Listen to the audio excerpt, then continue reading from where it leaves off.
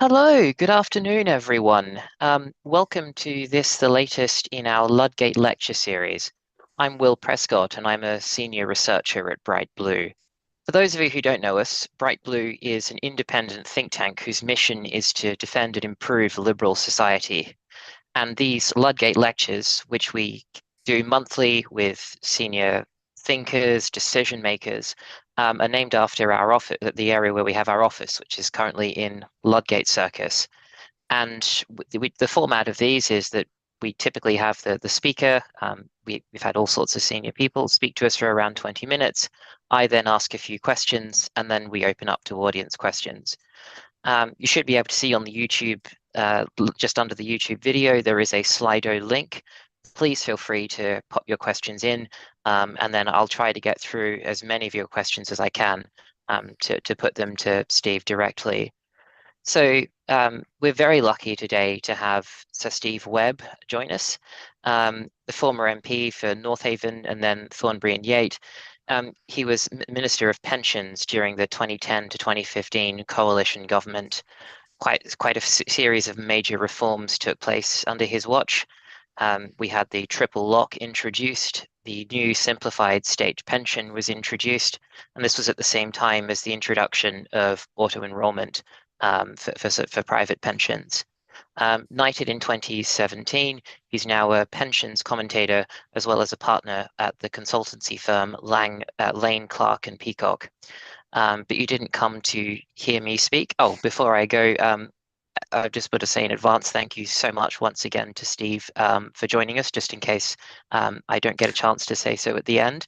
But without further ado, you didn't come to hear me, you came to hear Steve. So I will hand over. Thank you very much. Well, thank you very much and good afternoon, everybody. Will's very kindly going to share some slides for me as we decided the technology worked best if Will did so. And my topic for today is the state pension. But I wanted to broaden it out beyond the usual debates about, oh, the triple lock, can we afford it? And are we all going to have to work till we're 70, all that kind of stuff, to also focus on the nitty gritty of delivering state pensions. And I say this because I think I come from a think tank world, so it's a pleasure to be invited by Bright Blue to do this session today. And my first job, and arguably still my best one, was with the Institute for Fiscal Studies. And I kind of love thinking about policy and ideas. But one thing that 5 years in government and 18 years as an MP has taught me is that what really matters to people as much as grand policy visions for the next half a century is just getting the boring administration and delivery of benefits and pensions right. And so today's talk, if you like, is a kind of two-course meal. And the first course is about two quite shocking separate stories of how governments have failed to pay £1 billion in each case of pensions that was owed to people, and how those errors happened and how they went undetected. And just a reminder to us in designing systems and reforms and all the rest of it, how important getting systems right is. And then the second half will be probably more familiar issues, but hopefully with a different take on, well, what does the future hold? Can we afford the state pension? Where's it all going? So with that, I want to start on where things went wrong. And I suppose on this slide, you can see two separate areas that I want to talk about. The first one relates to people who come under, by and large, the old state pension system. So just to clarify, since 2016, we've had a new system for the state pension designed to pay people more or less a flat rate amount, which I was involved in legislating for and implementing. But most pensions in Britain are not on that system. Most of them are on a system designed in the late 1940s. And a key feature of that system was that men were assumed to go out to work and women were assumed to be financially dependent upon them, not just whilst in work, but also in retirement. So many women built up very poor state pensions in their own right. And then there's a whole complicated infrastructure to boost women's pensions, either when their husband retired, if he died, if they got divorced, or with a sort of backstop for the very elderly. And the first set of errors related to a failure to really implement that for a bunch of people, overwhelmingly, though not exclusively women, who should have got more pension when their husband retired, or should have got more pension when the husband died, or should have got an uptick from a very low pension when they turned 80. And in many tens of thousands of cases, that simply didn't happen. And I'll say a bit more about that in a moment. And then a completely separate set of errors relating to the system, and again, reflecting the sort of the post-war worldview that women stayed at home, was a system of national insurance credits towards people's state pension for time at home with children, which again has repeatedly failed to deliver as it was meant to, and another £1 billion underpayment arose from there. So, well, if we could move on to the next slide, let's focus on that first set of errors there. So how did this first set of errors come about? Well, I write a regular column for This Is Money, the sort of Daily Mail sister money website. And every week people write in and tell me the things they don't get about pensions. And we had a letter about 4 years ago now from somebody, or an email from a gentleman saying, my wife was on a very low pension and we queried it, and she's now been given a higher state pension, but they've not backdated it very far. And what do you think about this? And I looked into it and I wrote an article and said, oh, yes, that looks like your wife could have been getting more pension when you retired, but she never applied for it, and so on. And in response to that, we then had another set of emails in from people saying, well, hang on a minute, I'm not getting this 60% pension, or, why didn't my pension change when my husband died? And we wrote another set of columns and we went to the DWP with every case, and they kept telling us that these were all isolated errors, and, they were fixed, and that there isn't a problem, basically go away. And we just got so many of these, I thought there's something going on here. So I tabled a Freedom of Information request to my own old department, the DWP, and we crunched the numbers at my firm, LCP, and we do all of this kind of on a pro bono basis to try and help people. And I just worked out that the level of pensions that married women and widows and the over 80s were getting didn't match what I thought they should be getting. Now, this is not to say everybody was on the wrong pension. Lots of people were on the right pension, but there's a whole bunch of people it just didn't tally. So we set up a website, a web page on our website, and we've now had over 1 million hits on that site. And the reason we had to do that is because the government wouldn't. So one of the frustrations here is that the public were crying out for information, crying out to be able to check, and there was nowhere they could really check what they were getting. So, and you see on the right of that graphic there, that's the spikes of every time this story appeared on the front page of the Express, or was on Moneybox, or was on Martin Lewis. We'd have tens of thousands of people hammering our website wanting to check. And you can see right at the end in 2024, there's a little spike, which was when all the Wasby report and the Women's State Pension Report came out. And I was on the media talking about state pensions, and suddenly a whole batch of more people were like, oh, who is this bloke? Let me check my state pension. And eventually, in the summer of 2020, DWP fessed up, admitted that there was a problem, and began a massive correction exercise. It started off with about 300 civil servants. They now have over 1,000 civil servants who've been working for several years, who literally go in every day. They take another set of cases and they check that there isn't an error. And in many cases, they then pay out the correct amount. And partly because we found all of these errors, the DWP then thought to themselves, do you know what? Perhaps we ought to start checking these state pension payments. Now, you'd think that was just bread and butter, but they said, and I quote, this is the first time since 2006 that a full review has been carried out. So they did another set of checks and found another billion in errors. So if we could move on there. So I want to just very quickly say what these two sets of errors were and how much they cost. Now, so the first set of errors is so a woman is retired on a low pension, husband retires, and she can get an uplift to a married woman's rate, and that was often failing. Or worse still, a woman's husband dies, and her pension should be reassessed because her husband's died, and it doesn't happen. And I've had some absolute horror stories of elderly widows who've gone 20 years on an unincreased pension. So the husband died 20 years ago. I've had cases owed over £100,000 in back pension. It's just shocking. And then a sort of fallback system we have in the UK, where we have a kind of non-contributory over 80s pension, and people on a really low pension when they get to 80 are just entitled to a higher pension, and that wasn't happening. And what this table shows you from the DWP's last annual report is £1.17 billion of underpayments owed to about 165,000 pensioners, and that process of repaying them only partially way through. So in this table, they paid about 300 million back. As the footnote there says, they paid by last February just gone just over £500 million back. So this is real money to real people who get letters out of the blue saying, we're really sorry, we've been paying you this wrong amount of money. Basically, we're going to pay thousands of pounds into your bank account. And this has been going on for years. And by the end of this year, that process should be completed. So that's the first big error. If we move on to the second one. And the issue here is that since 1978, the government, society, if you like, has taken the view that if you have time at home with kids, which means you're not working and paying national insurance, your state pension should be protected because we think as a society this is a valuable thing for you to be doing. So you should get national insurance credits essentially. And that system works for many people. But the catch is that the data on child benefits on one government computer system and the data on your national insurance is on another. And this system only works if the two computers talk to each other and the data matches. And in particular, until the year 2000, it wasn't mandatory to put a national insurance number on your child benefit claim form. And if you didn't, then how did the national insurance number computer know who you were? Now, I was an opposition MP in 2008 and I investigated this issue and went on Moneybox and talked about it. And the government of the day said, oh, yeah, it's fair cop, Steve. They did a correction exercise, paid out 85 million quid in arrears to 36,000 people. So one of my first questions as new pensions minister in 2010 was to say, well, is that all sorted now? Yes, minister. They said, yes, it's all sorted. We've been through this correction exercise, nothing to see here. So I kind of didn't think any more about it. But when the government checked their own calculations properly for the first time a couple of years ago, they said, oh no, there's still £1 billion of errors here, 187,000 people, of whom 40,000 odd have died. So this shows how long this has been going on for. 43,000 people in that table missed out on £121 million of pension, which is due to their heirs, but it would be rather better to have paid to them while they were still alive.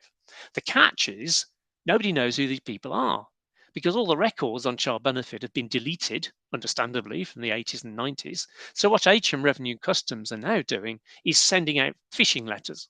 They're looking through their databases, finding women mostly who don't have HRP, Home Responsibilities Protection, and sending them letters. And I had a letter the other day from a lady in her 80s who said, I've had this letter from HM Revenue Customs. It's asking me about my kids and their national insurance numbers and their date of birth. Do I need to do this? Do I need to fill this in? Do I need to send it back? Is it a scam? And actually, by filling it in, they could potentially get thousands of pounds. So you get a sense of the scale of the problem and the fact that many of the people we're talking about now are elderly, perhaps frail, perhaps with diminished mental capacity, and yet they're getting these letters and these payments, and it's just a complete mess. So if we move on to the next slide, the question you may well be asking, and I've asked myself, is, well, why didn't this get spotted? £2 billion worth of errors, hundreds of thousands of people. How on earth did this go on for so long? And the first reason, and based on my experience from inside government, is across DWP, the state pension was seen as a shining beacon. When you look at universal credit or incapacity benefits, the error rates are horrific. And, inevitably, the universal credit, a politically sensitive area. So much focus on that. Whereas as pensions minister, I would be told that state pensions were 99% accurate. And I'd pat myself on the back and feel quite smug as I walk past my colleagues dealing with universal credit. But actually, one of the problems was because there's so many pensioners, a small percentage error is still a lot of people. And DWP were only just sampling and just not picking up enough cases. And I think the biggest structural failure was that people would occasionally come forward with these errors and get them fixed. But it was nobody's job to say, hang on, that's the third time this week we've had this error. Is there something systematic? There was no enablement of the people who run the system, no empowerment, no encouragement, no incentivization to spot systemic errors and deal with them. It was simply you do your job today, you fix the problem and you deal with the next one. And that's a fundamental problem. And another reason why a lot of this went wrong is just the scale. Unless you've worked in DWP, you can't always grasp the mind-numbing scale of what that department does. We're paying pensions to 13 million pensioners. There's millions of people on all of these different benefits. There's records all over the place on dozens of different computer systems. And the National Audit Office, when they did a report on the state pension errors, said that going back to 2005, they'd found 1.4 million unprocessed actions. So that's things like I ring up and say my husband's died. Well, that becomes an admin process action, which never gets acted upon. Or I ring up and say my address has changed. They don't process it. And then they write to me at the wrong address and I never get my pen, and just the scale has to be seen to be imagined. But the big concern I have, and something I found in DWP, is this kind of bunker mentality, this defensiveness, this any critic is an enemy, let's shut them out, rather than hang on, someone's found an error, they've found a problem, let's embrace this, let's learn from it. So culturally, I think DWP needs a complete cultural shift. I know why if you run DWP, you're battered and bruised and so forth, but actually a shift to actually being open and accepting of errors and learning from them would actually improve the situation greatly. So I guess my key conclusion from all of that is that these boring things that nobody really cares about very much, nobody really wants to talk about, matter hugely to real people, whether it's admin, whether it's the call handlers, the backroom jobs. That if ever we're thinking about public service reform and policy and think tankery, as it were, just never losing sight of just a system that's straightforward for people to understand, to administer, and put things right promptly when it can, I think is just absolutely vital. So there you go, got that off my chest. So that's kind of the, that's my what went wrong thing and why it went wrong. Let's turn to the future then of the state pension system. And so it's worth a bit of context here. A lot of facts on this slide, but just a few things to be aware of. So obviously, huge amount of money, 138 billion, 13 million people, a million of whom don't live in the UK, just worth saying. And crucial point, there is no fund. Although people talk about the National Insurance Fund, it's a bit of a fiction. It's just the pot. Today's money is paying for today's pensioners. And the new state pension, I am proud of the fact, is 11,500 quid this month, as of this month. I wouldn't want to live on 11,500 quid in retirement, but it's an awful lot better than it has been. And the triple lock formula came about because of a 30-year period when pensions had been linked just to inflation. So from 1980 to 2010, with one or two exceptions, pensions just pegged to prices.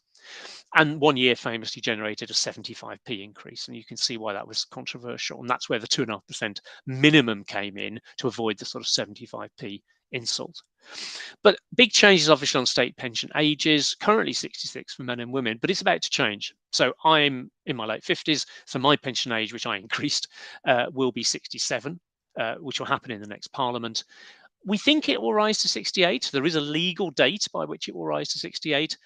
Two separate independent, I say independent, one done by a Conservative peer, but two separate state pension age reviews have been undertaken, but neither of them have been legislated for. Both John Cridland and Lucy Neville-Rolfe recommended moving to 68 sooner, but the current government decided, and the previous government decided, just to park this one. And it's very hard for a Labour government to do 68 sooner, given the language they've used about the Wasby issue and all of that. So we could well see 68 kept on that current timetable. But to just give you a sense of where we could end up, the current policy is very, very roughly that people spend 2/3 of their adult life in work, 1/3 in retirement. So when longevity increases, most of that goes on working life and a bit goes on a longer retirement.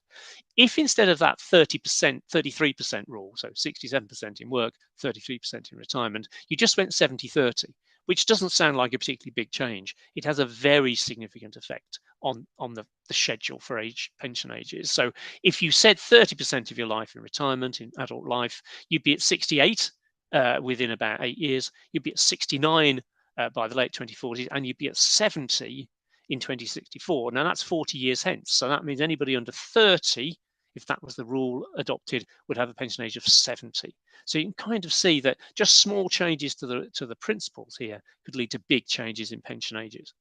So why might we need to do that if we move on to the next slide that just looks at the changing structure of the population? So this is going back 50 years and going on 50 years. And what we've got is the split of the age population. The big yellow bit in the middle is loosely the working age population from 16 to 54, and the blue bit on top from 55 to 64. Now, obviously, pension ages have moved a lot in this period, but you kind of see what's going on here. First of all, we've stopped having babies. And that's kind of fundamentally important. Fertility is a difficult subject to talk about, but frankly, the babies we didn't have in 2023 are the workers we haven't got in 2073. And so some of this has been offset by migration, but you can kind of see why we've got a fertility challenge to deal with. We've then got a declining working age population relative to the population as a whole. Big increase in the pensioner population, but notably, particularly in the old elderly. So that over 85 group, less than 1 million 50 years ago, will be 6.5 million. So that group will be 6 or 7 times as big as half a century earlier, whereas the other pensioner group is less than double the size. So you can see the old elderly becoming important. And on the next slide, we can see why that matters. Because what we've got here is over that 50-year period from now to 50 years hence, spending as a share of national income on different areas of public spending. And perhaps if you think about it, not surprisingly, but the line at the top is not pensions. So all this is talk about pensions. Actually, the big line at the top is health and social care. That is the thing where the real slice of national income, I mean, look at that 18% of GDP by 2072 with unchanged policies. That is where the real pressure is. And that's why I made the point about the over 85s. My parents are both in the over 85s age group, and they've got the same state pension, apart from inflation, for the last 30 years. But their use of the NHS, it kind of becomes exponential at later ages. So in many ways, when people say, can we afford a state pension? I say, well, can we afford the health and social care costs of an aging population? And we should see all of this in the round rather than just pick on state pensions and look at the funding of state pensions. I think we've got to look at the whole issue of the aging society as a whole. We've got to look at things like preventative health care and public health and all those kind of things. So I won't stray too much into that, but I think it's important context. Just a couple of other lines on this chart for you to reflect on. So quotes welfare, i.e. everything except state pensions, is falling as a share of national income, mainly because of the assumption of price index benefits. So it's tempting to, you look at the headlines today on long-term sickness benefits and all the rest of it, which are going up, but actually relative to our ability to pay for these things, quotes, welfare is actually falling. Education is falling a bit because there are fewer kids. And again, another sort of slightly counterintuitive one, public service pensions. How often do you open a right-wing newspaper that says disgusting gold-plated public sector pensions? We can't afford them. They're going to bankrupt the country. They are falling, or steady or falling as a share of national income. Again, primarily because of price indexed payments. And indeed later payment of public service pensions, because people often talk about public service pensions as though there's been no reform. But when I started as an MP, most public service pensions kicked in at 60. Public sector workers today accrue public sector pensions at state pension age, which is already 66. So that's already taken out a whole 6 years of payment, and they're now linked to CPI and RPI, and so on and so on. So there has been a lot of reform in that space. I know it's not fashionable to say that, but the real demographic pressure of an aging population is not unfunded state public sector pensions. It's not welfare. It's actually health and social care, and to a lesser extent, state pensions. And I'm pretty sure these state pension projections are based on the triple lock carrying on to 2072, which I very much doubt will happen. So a couple of final slides. First of all, what are the main options? If you're worried about that pink line going up, you think it's harder to rein in the spending on health and social care, so you want to look at state pension costs, there really are only about 3 levers to pull. One is indexation. So obviously we've had, in my view, to try and undo the damage of 30 years of price linking to 2010, we've had generous indexation, the triple lock, since 2010. In many years, the triple lock costs no more than the earnings link. So the earnings link is the legal statutory minimum uprating. And in many cases, pensions have just gone up in line with earnings. So pensions haven't surged relative to average wages. In many cases, they've just kept pace and slightly increased. But still, if you want to take cost out, obviously, looking at annual increases, the triple lock is always going to be time limited. It was to try and mend 30 years of decline, and we've been at it for 14 years trying to undo the damage. So there will come a point where that gets switched off. But you could move to price indexation or something less than wages or somewhere in between. So that's an obvious lever to pull. Pension age, I am quite sure, will be a central part of all of this. Now, that's not to say there aren't huge issues about large parts of the country where people's healthy life expectancy is shy even of existing pension ages. And so there's so much more we can do humanely to enable people in parts of the country who might have been unable to work to existing pension ages, to help them, to enable them to stay healthier for longer, to enable them to work for longer.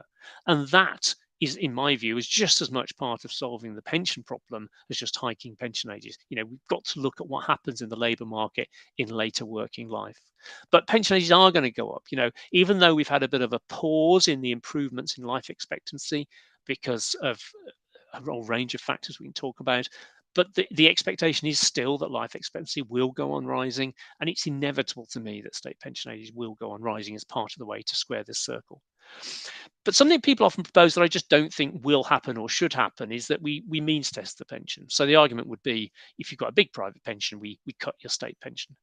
And there's 2 or 3 reasons why I don't think that's a good idea. I mean, so one is we have a voluntary system of workplace pensions. So you don't have to save through a workplace pension. You're enrolled automatically, but you can opt out.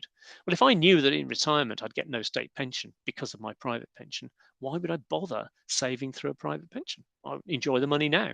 So unless we want to move to compulsory workplace pensions, I'm not sure how that fits with me testing the state pension. But to be honest, the state pension system is incredibly progressive already. First of all, it's funded through a redistributive tax called national insurance. And even if they abolish it, it'll be funded through tax, which is generally progressive. And then when we pay people pensions, if they're high earners in retirement or high income, they pay 40 or 45% back in tax.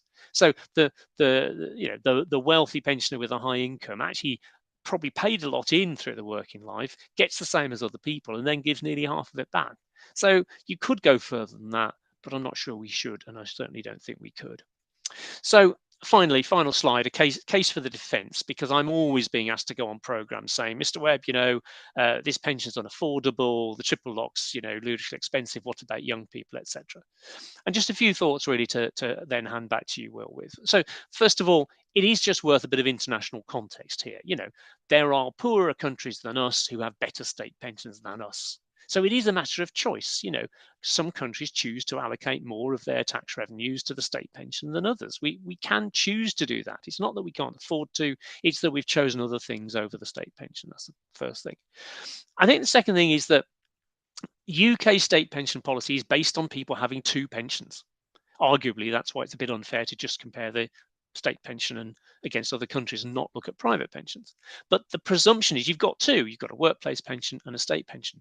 But lots of people don't. Lots of people have quite weak second pensions, particularly many women, many low earners. In an era where auto enrolment's only really just getting going, it'll be decades before people routinely have big private pensions. So if you take your foot off the gas on state pensions without having good company pensions alongside it, then you just risk worsening the position of pensioners as a whole.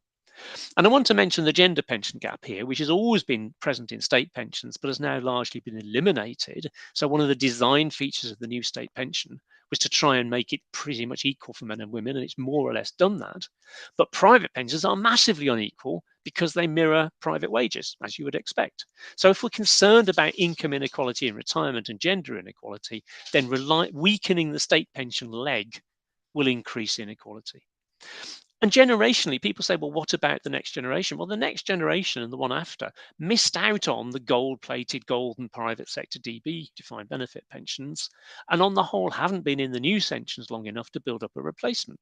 So if you ease off on the state pension for the next 10, 15 years, then by the time the next cohort retire, they're retiring with weaker private pensions and you've weakened the state pension. So that generation, probably more than any other, needs a good state pension.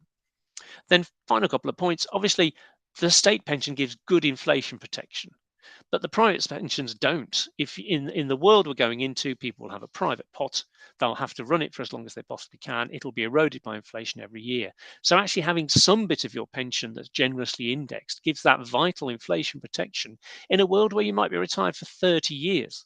Now, all right, even at 2% inflation, 30 years doesn't half erode a lot of your pension wealth. But if you have spikes like we've had recently, you really need some protection against inflation, and that's what the state pension gives. And finally, and I guess a point I've been making throughout, the reason we're trying to get the state pension wrenched up to a decent level is 30 years of decline. In 2010, the state pension had fallen so far behind the wages it was there to replace, it just couldn't do its job. And even the government didn't think the state pension was enough to live on and had to then have complex means testing to top it up. So my plea really would be in defense of the state pension to say it's a good, simpler system. We need a firm foundation for private saving, and therefore I think we can afford a decent state pension. And I don't adhere to the kind of gloom mongers that says we just can't afford it. It needs to be abolished or paid at age 80 or means tested or something like that. I think we can do this, but we need to plan ahead far more than we have in the past. So I hope that's a suitable provocation, Will, to get us going. Look forward to your questions and those of everyone who's dialed in.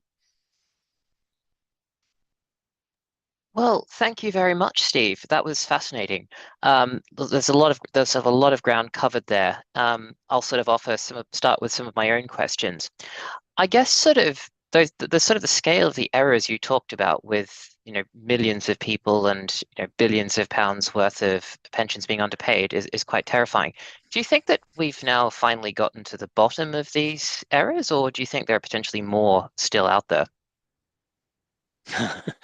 um, I mean, they have done more thorough checks than in the past, so I think that's a good sign. And the fact that they did unearth these big errors is important.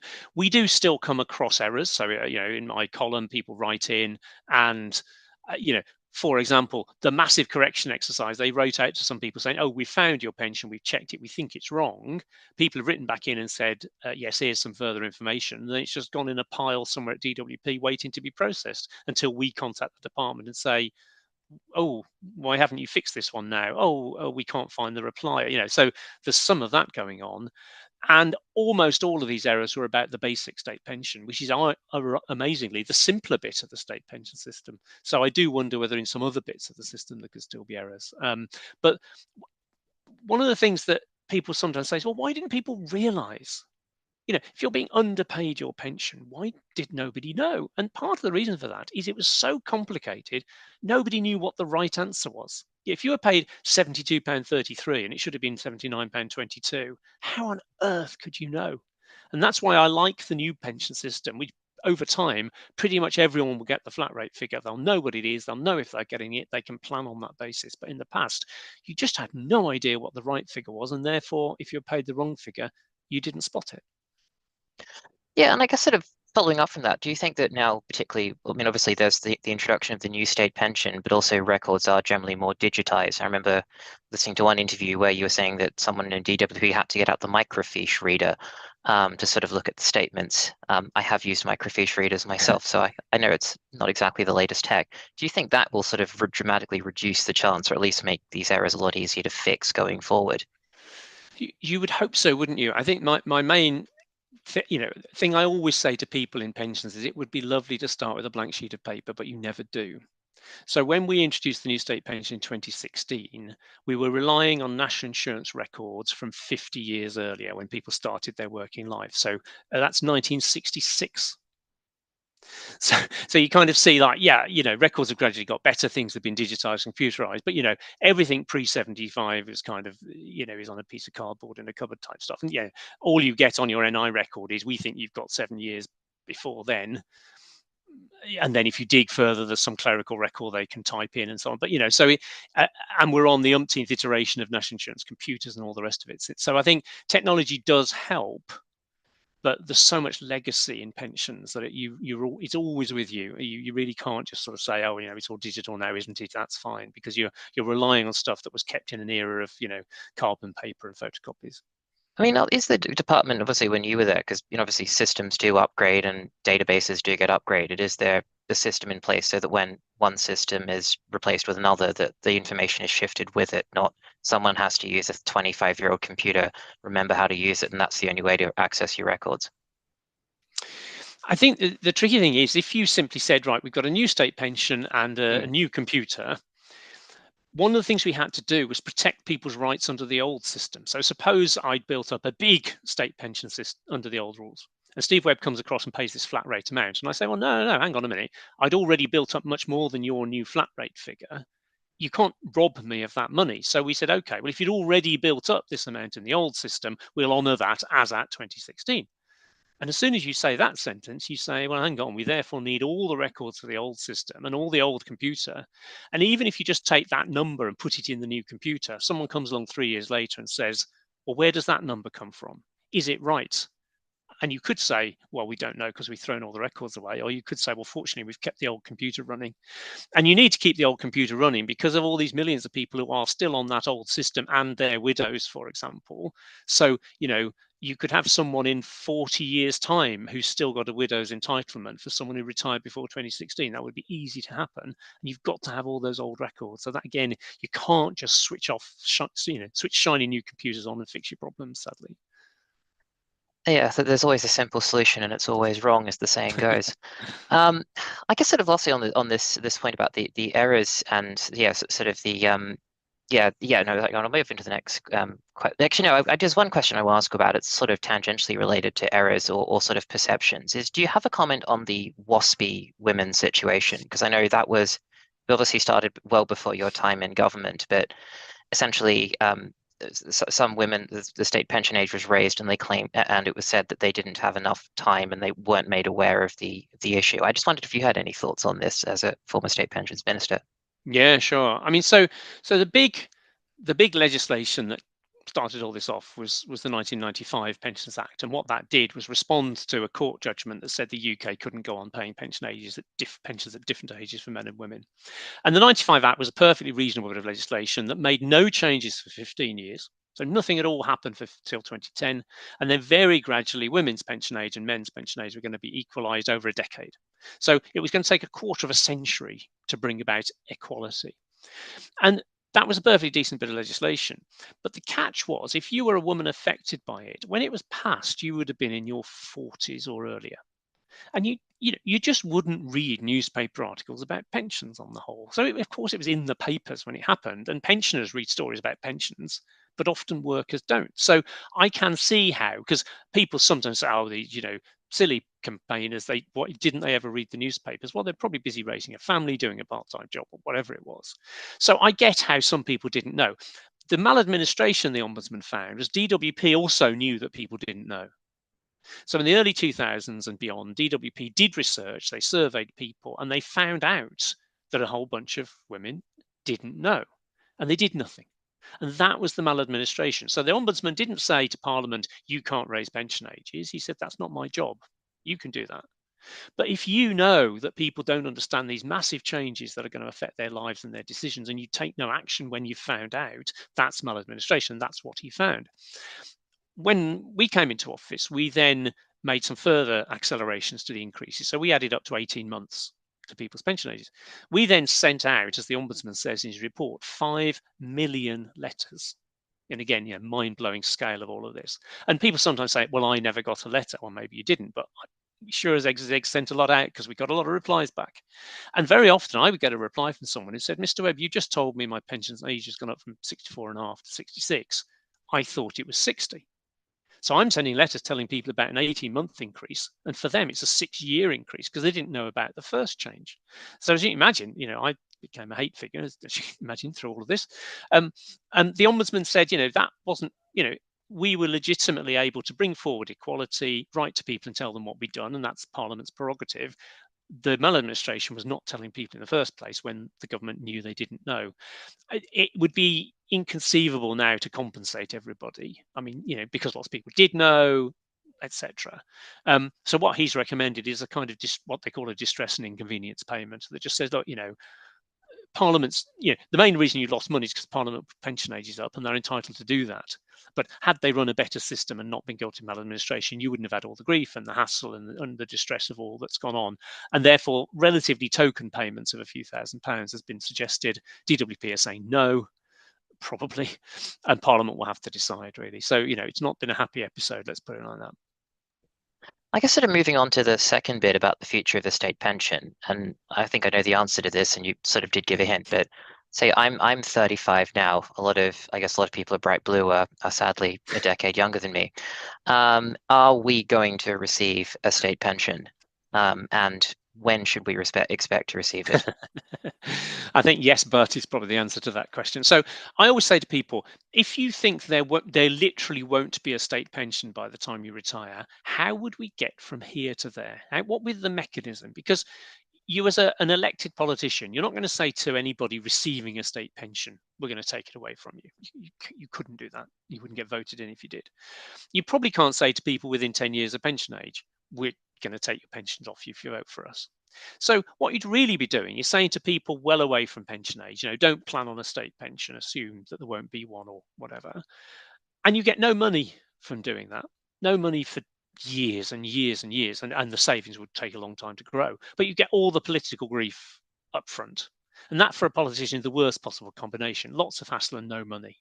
You don't want that. Now, that's not to say you couldn't try. So Peter Lilly in 1997 proposed to scrap the state pension and replace it with a funded equivalent. So they said, right, everybody will have a private pension, it will be invested, and we, the state, will make sure that that pot, when it's grown and used to buy a pension at retirement, is at least as good as the state pension we would have paid you. So that was quite a radical attempt to replace state pensions.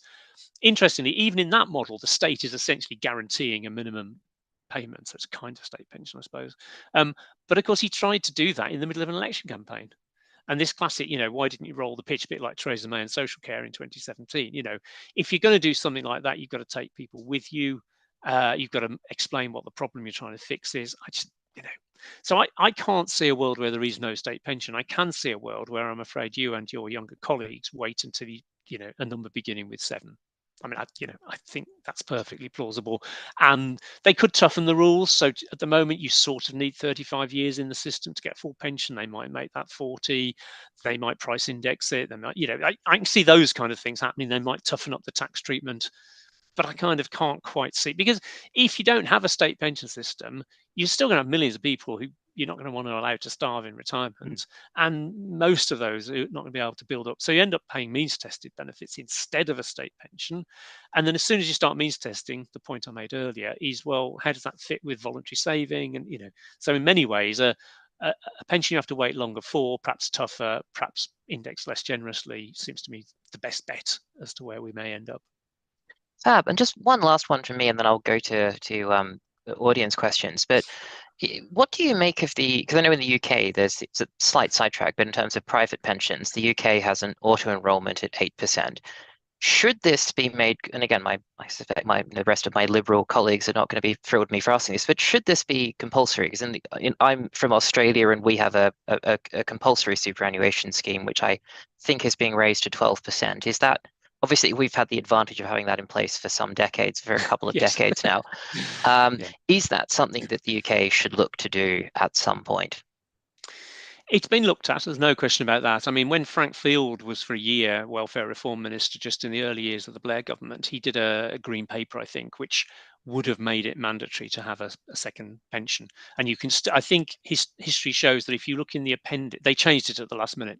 It was going to be mandatory and they took it out. And I think they forgot to take it out of the appendix. So there's still a government document somewhere out there where it appears to be mandatory in the appendix, but not in the main document. So they came quite close to that. You will be aware, though, Will, that in Australia, the mandation is on the employer. So that 11.5%, I think it's going to be 11.5 to 12%, is entirely mandatory on the employer. Now, of course, somebody pays for that. If you make it mandatory on employers, they pay lower wages. Indeed, explicitly in Australia, one of the increases in contributions by employers was offset by a lower wage rise. So, it's not free money, but you can kind of see the politics of forcing your boss to pay into a pension for you is very different to the UK system, where actually at the moment workers by statute have to put in more than their employers. I think that should be leveled up. So I'd like to see employers match employee contributions. You could go for mandatory, but we've got 90% staying in. So with your and indeed my liberal, though we may mean slightly different things by liberal, but we've only got 10% left opting out, and for some of them, actually, it probably does make sense to opt out. I mean, if you are, I don't know, 28 and desperately saving for a deposit on your house, and you really, really don't want to be a renter in retirement, so the best retirement planning you can do is not be a renter. Maybe opting out for a short period to just get a house might be the right thing. Or maybe you're about to retire and you just don't think it's worth the bother, or you're about to leave the company, so you opt out because you can kind of see why or you just don't trust the industry. It has been known. So when we've got 90% of people voluntarily doing something, there's not much in me really wants to force people for the final 10%. Cool. Well, let's move over to audience questions. We've got one from Michelle Ravener of Independent Age. Pensioner poverty rates are especially high for those just under the state pension age. How do you think people in this situation should be helped? Early access to the state pension, changes to the benefit system, etc. Yeah, no, that's a great question. And we do now have a chasm between the benefit system for people just under pension age and just above. So if I tell you that society apparently thinks that a single pensioner needs more to live on than a couple under pension age, because the pension credit level for a single pensioner is now bigger than the universal credit rate for a couple. And that's kind of madness. I mean, that's indefensible in my view.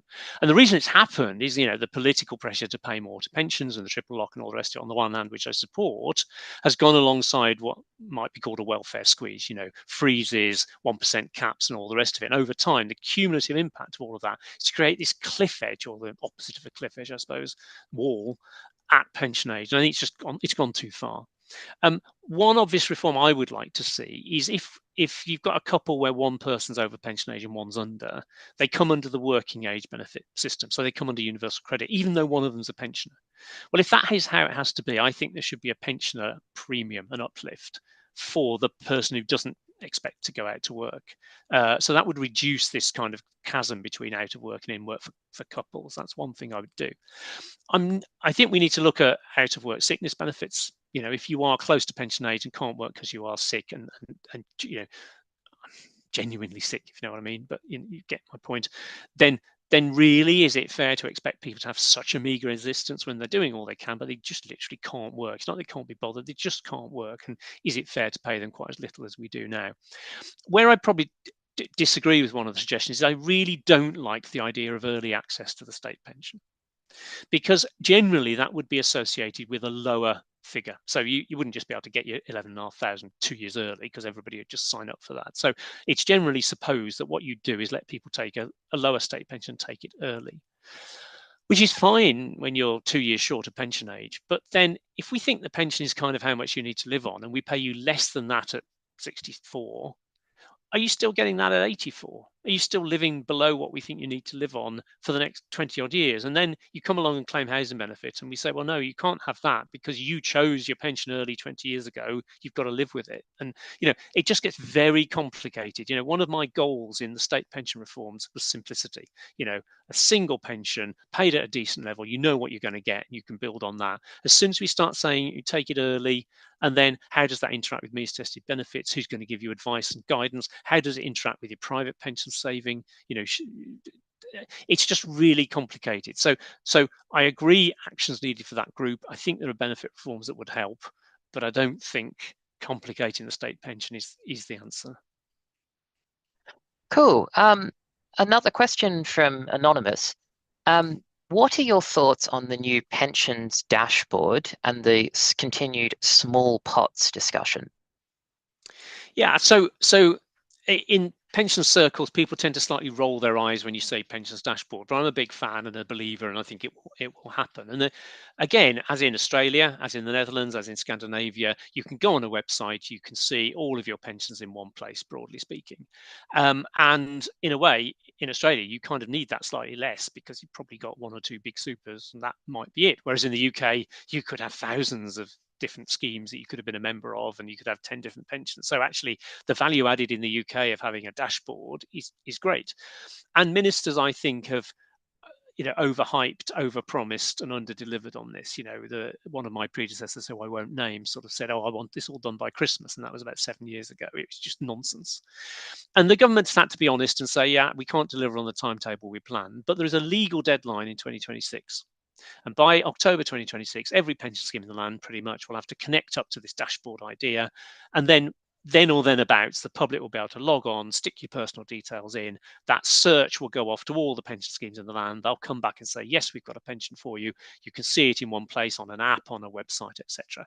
And I think that will be hugely positive. They reckon there's £27 billion of lost pensions. People changed jobs, moved house, changed their name, got married, whatever it is, and they just don't know where their pension is, and the pension company don't know where they are, and these dashboards will help to find that. So it'll be a real good news story. However, we have a very fragmented system. Part of the reason you need a dashboard is because there are so many silly little pots all over the place. So I've long advocated what used to be known in the trade as pot follows member. The basic idea is when you change the job, the small pension pot you've built up transfers with you to the next one. And we've recently launched a paper, actually in the last week, LCP, called Magnetic Pensions, which builds on this idea. It's kind of pot follows member for the dashboard era, if you like. And the idea is that you use this dashboard's pipe work I've just described, where every pension scheme is sort of connected to a central hub. And then you use that to transfer these small pots from previous jobs to your current employer. Now, you probably stop doing that when you've got a big pot in one place, but all the small pots could be swept up. That takes massive cost out of the system. It would give people, a decent pot in their current workplace. So I think we should see a big step forward. If we can do dashboards, if we can do some sort of automatic consolidation, actually we can actually help people to engage with their private pensions and build up decent pots rather than have them scattered all over the place. Cool. A sort of slight advice question, but I guess this sort of might be a general way to sort of nudge people in the direction if they've got issues with some of the, particularly given the discussion about errors we had earlier.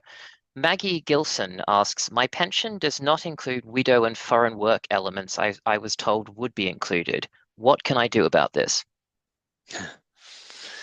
A lot depends on what sort of pension it is that you're talking about. So, and people often say, I was told such and such. And my question would always be, well, by who, when, in writing, is it in the scheme rules, etc. So often occupational pension schemes, traditional final salary type pension schemes, there's a set of rules. And the rules just define what it is you're entitled to. So there are legal minimums, but beyond that, it's what the rules say. So checking the rules is always good. Checking the paperwork. If you were told something in writing, that often gives you a compelling case. But often people were told stuff on the phone, or they've half remembered it, or a friend told them, or whatever. So checking what the paperwork says, what the rules say, is always a good thing. There is a service called the Money and Pension Service, branded, I think, Money Helper these days.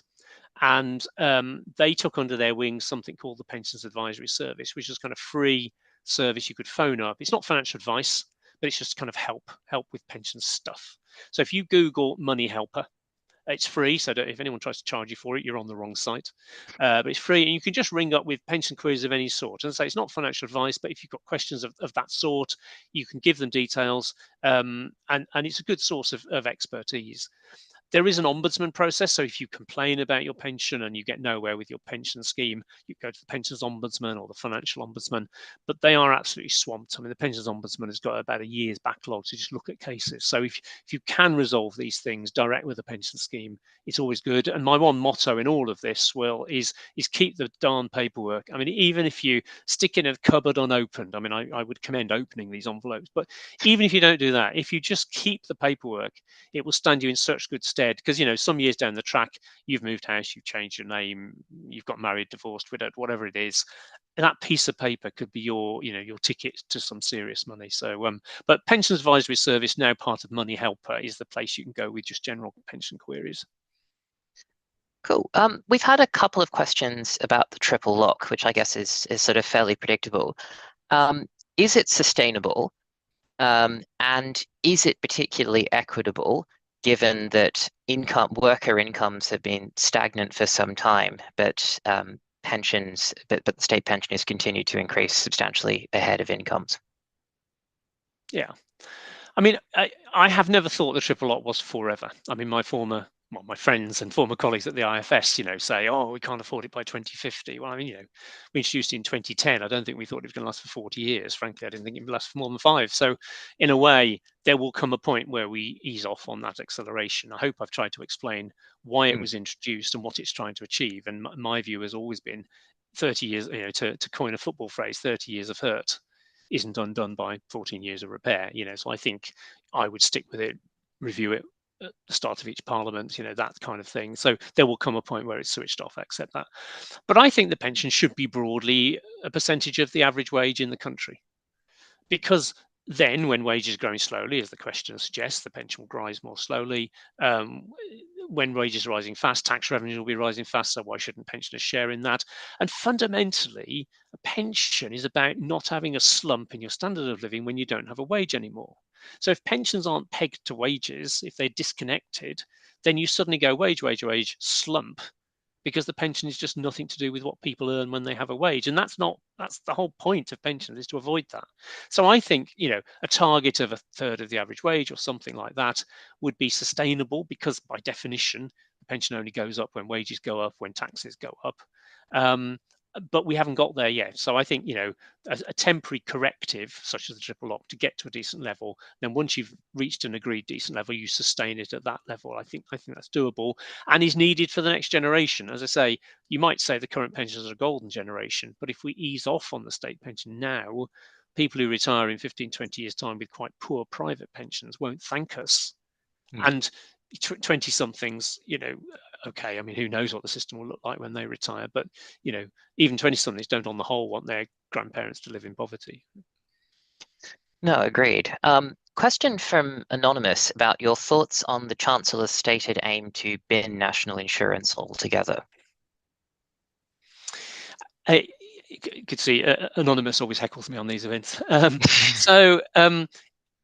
I think there's a bit of, you can see that the opposition have said, state pension pays NHS and state pensions are paid for by national insurance. So the government obviously wants to, slash the NHS and slash the state pension. That's all nonsense. For a start, they're not getting rid of employer national insurance, which is where most of the money comes from. So, and it's all tax anyway. I mean, it really is all tax, although there is a legal link between the amount of state pension you get and your national insurance record. The pot for this year's pensions is just the tax pot. And when the national insurance fund notionally falls low, they just top it up with tax. So to me, whether an individual tax exists or not is irrelevant. And, for example, they've cut national insurance on employees by a third in 6 months. Well, they haven't cut the pension, they haven't cut the NHS. So that just kind of proves that there's just no real connection. So I think, for many years, the IFS and others have said, it's ridiculous having income tax and national insurance, two separate taxes on earnings, let's merge them. And the reason that hasn't happened is because there's lots of things that aren't NI'd, like pensions, for example, and self-employed to some extent. And so actually it's almost a more elegant way to actually just get rid of the second tax rather than merge them and start NIing lots of stuff that isn't NI'd at the moment. Just get rid of it. So provided you think you can replace it with something else, in my view, equally progressive, because that's my worry. You get rid of a tax that largely rises with wages up to a cap and replace it with VAT or something like that. That would worry me. But the principle, from a state pension point of view, the absence of employee NICs doesn't bother me. You'd need to replace it with some sort of record of contributions. But we do that now. So the self-employed class 2, which is the national insurance bit that gives the self-employed a state pension, has been abolished. There is no class 2 NI now, yet self-employed people will still get state pensions. So I don't see the problem really. Thank you. Two sort of questions that I'll sort of merge into one, and sort of relating to the first point about what more can what specific actions should the DWP take to better identify and resolve state pension errors? And do we need more pensions expertise among civil servants? I think part of the challenge is it comes back to my millions of people points. DWP employs vast numbers of people because vast numbers of people get pensions and benefits. And inevitably, you're going to have to employ a lot of fairly junior people. And there's no criticism of them. That's just the way it works. And of course, governments come in wanting to, quote, cut welfare, which is quite difficult. So DWP is told to cut running costs. And every time you cut running costs, you just mean that you're often getting rid of more senior people who have the experience. You're making people wait longer on call centers and all the rest of it. And you just deteriorate the consumer experience, if you like. So I think, in my view, valuing the work, instead of this, lazy civil servants sitting at home on a Friday afternoon with their feet in the swimming pool type nonsense that you read in the press, actually valuing what the work that folk do, making it an attractive job and career and training people properly and retaining them. For me, that's the best thing you can do, because all too often folk have insecure jobs, they're at risk of redundancy, they're moved around to the latest priority area for the department, and that's really, when Universal Credit came in, I had some really good civil servants working on my state pension bit, and when they did a good job on pensions, they got moved because Universal Credit was the department's priority. So we've got to value these kind of backroom roles and train up properly the people on the calls. I mean, just very, very quickly, I did my column this week on an elderly lady in her 90s who was owed some state pension, and she was told by someone on a call centre at DWP she might be owed 60,000 quid in arrears. The actual figure was 438. And the person on the phone was trying the best, I'm sure, but just wasn't properly trained, didn't understand the system. So we've got to do better than that. And I think denigrating civil servants and constantly cutting back is part of the problem. Does this also complicate, because you talk about we need to change the attitudes within the department so that errors are seen as a positive thing? If you're constantly being vilified and every civil servant's nightmare is becoming a Twitter meme or an article in the tabloids, does that make it a lot harder to do? And how do you sort of encourage people to acknowledge mistakes when the incentive is really to do the opposite? Yeah, I think the leadership has to come from the top. I mean, it's much easier for a new Secretary of State to say, right, we're opening the books, we're going to tell you everything we know. Uh, Maybe it's easier for a change of government to do that. But it has to be done, because otherwise you immediately become defensive. Every criticism is a call from number 10. Why are we getting bad headlines, etc.? And in the long run, getting these errors found and fixed is a much better strategy, and you become a learning organization, and that's how you succeed. But it's so tempting to just have this kind of defensive attitude, and that doesn't help you as a department in the long run, as well as the people you're trying to serve. No, no, I totally agree. Well, look, I think we're about to sort of cut off any moment. I just want to say thank you so much, Steve Webb, for joining us, and thank you to everyone for submitting questions. I think that was a very interesting and engaging discussion. Just want to flag our next Ludgate lecture with Sir Ian Duncan Smith, talking about how we should engage with China, given our increasingly frosty relations with that country. And that's coming up on the 21st of May. So look forward to seeing you all then. Once again, thanks so much, Steve. And Thank you very yeah, much. look forward to seeing you again soon. Thank you very much.